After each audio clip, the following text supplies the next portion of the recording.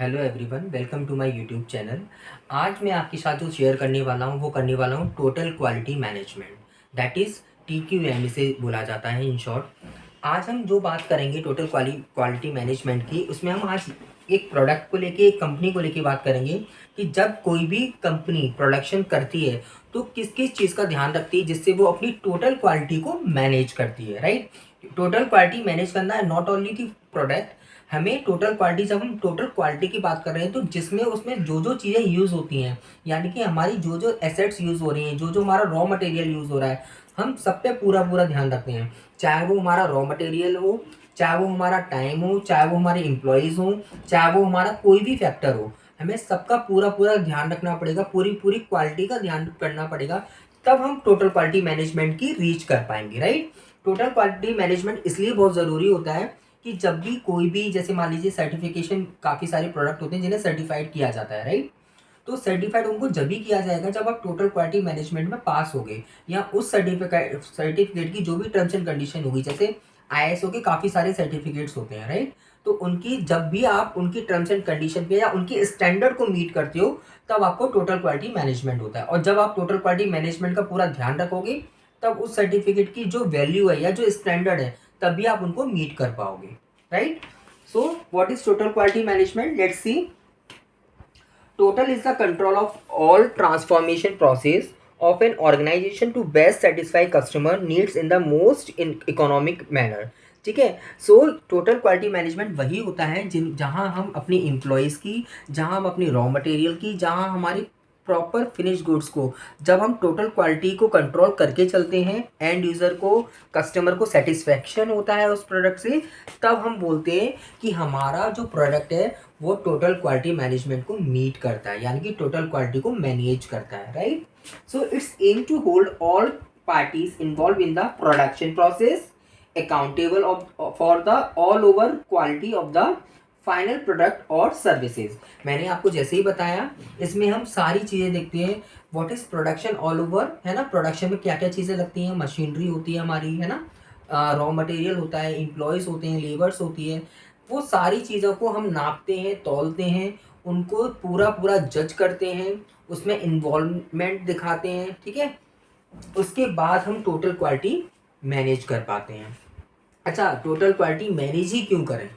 ज़रूरी है कहीं भी चूक हो जाए, ठीक है, इट्स नॉट अ इशू।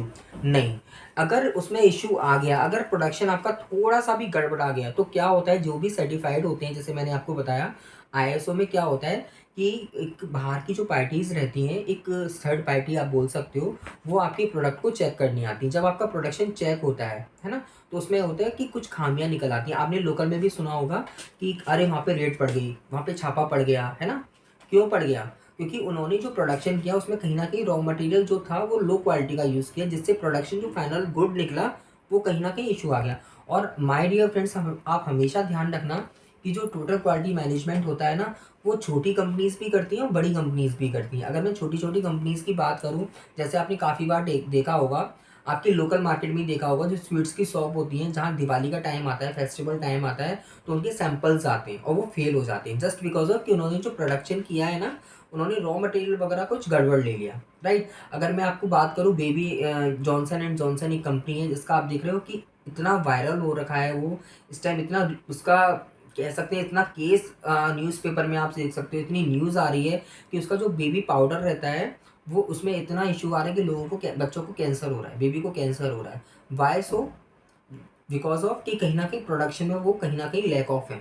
यानी कि उनकी जो प्रोडक्शन की जो चीज़ें हैं, रॉ मटेरियल में कहीं इशू है, या कहीं न कहीं इशू तो है, तभी ऐसी बात हो रही है, right. So why it is important? Total quality management करना इम्पोर्टेंट ही क्यों है? तो देखिए, बेटर एम्प्लॉय रिलेशन, अगर आपको रिलेशन को, एम्प्लॉय के रिलेशन को बहुत अच्छा करना है, तो देखिए जैसे मैं हूँ, मैं अगर किसी भी कंपनी में काम कर रहा हूँ, अगर वहाँ प्रोडक्शन बहुत अच्छा हो रहा है, लोग बहुत तारीफ़ कर रहे हैं, या कस्टमर सेटिस्फाइड हैं, तो क्या होगा, मेरा वहाँ और ज़्यादा मन लगेगा, मेरा वहाँ सेटिस्फेक्शन बहुत ज़्यादा हो जाएगा। उसके बाद है हमारा इम्प्रूव ऑपरेशनल परफॉर्मेंस। देखिए क्या होता है कि जब हमारी क्वालिटी मैनेज हो जाती है, या फिर हम बहुत अच्छे से काम करते हैं, तो वहाँ पे क्या होता है, जो ऑपरेशन की परफॉर्मेंस होती है ना, वो बहुत ज़्यादा इन्हांस होने लगती है, बहुत ज़्यादा अच्छी होने लगती है, राइट। क्योंकि we are manage the quality. उसके बाद है ग्रेटर कस्टमर सेटिस्फैक्शन।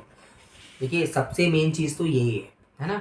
जब आपका प्रोडक्शन बहुत अच्छा होगा, जब आपका फाइनल गुड्स और सर्विसेज मार्केट में पहुँचेगी और कोई भी कंज्यूमर या कस्टमर उसे अवेल करेगा, उसे यूज़ करेगा, तो क्या होगा? जब बहुत चीज़ अच्छी होगी तो मुझे क्या होगा?